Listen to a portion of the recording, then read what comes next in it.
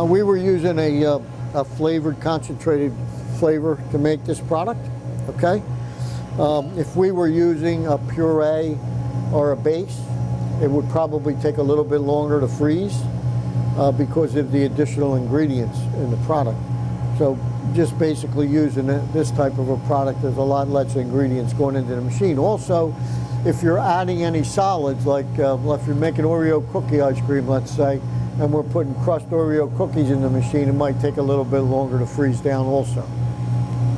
So the ingredients have a way on the product's time? Yes, the more ingredients that go into the machine, the more time it's going to take to freeze the product.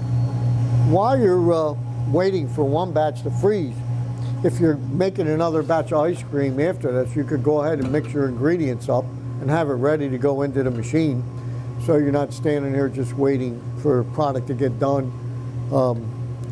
Your manufacturing time is, important, and every minute saved is a minute earned and a minute gained. So you want to use your time the right way. Okay, our timer's timed out at 7 minutes, but I don't believe we're ready yet to start whipping air into the product, so I'm just going to go a little longer here. The beauty part of this machine is I can look right in the top and see the consistency of my product. And I can tell it's still a little bit too wet for me to start whipping air in. So I'm going to wait a little bit longer, and then what I'll do is I'll turn my refrigeration switch off, and I'll just run my dasher for a minute or so to add air to the product. Hard ice cream requires air in the product. Any ice cream requires air in the product. But when we make hard ice cream, it requires more air than soft ice cream. One of the reasons is because of the amount of milk fat content we're using. We're using a 14% milk fat. And we probably want to get it around 80% overrun, which means 40% of the volume of the product will be air. And right now, I can see my consistency looks good, so I'm going to go ahead and shut off my refrigeration switch, and I'm going to run my dasher a little bit to whip air into my product. If you notice, the batch machine is vibrating, and that's normal for a batch machine. If it didn't vibrate at all, you'd probably break something. So, we got a lot of horsepower here, so the machine is going to vibrate a little bit. Uncle Bob, could this be an indication that the product's almost ready to and as it gets almost done, it will vibrate a little bit more. Yes. Yes, okay. So right now our product looks good. So I'm going to go ahead and start extracting it from my machine. And as we extract it from the machine, Angelo is going to add some of the truffles to our product. And he'll dump them in, and then I'll mix them in.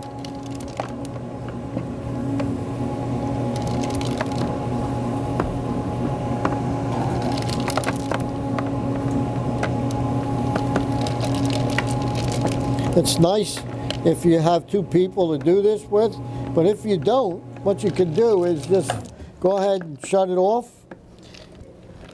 The product will stop ejecting.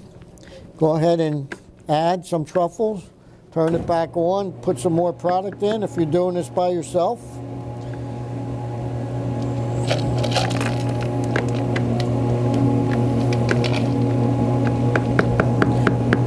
But I got Angelo here to help, so. Teamwork makes the dream work. Now when you add your product, you don't want to smash the ice cream down. You want to gently fold in your ingredients.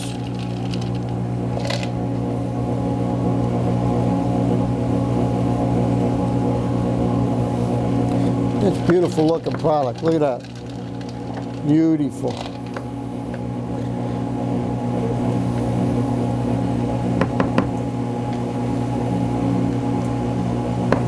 You're going to have some product up here. Make sure you push it down into the cylinder, get it all out. Be careful, you don't want to push your spatula into the cylinder. Never use anything but a rubber spatula on your machine. You don't want to use metal or wood. Always use a rubber spatula. Go ahead and roll it. Okay. So there we go. There's our black raspberry truffle ice cream.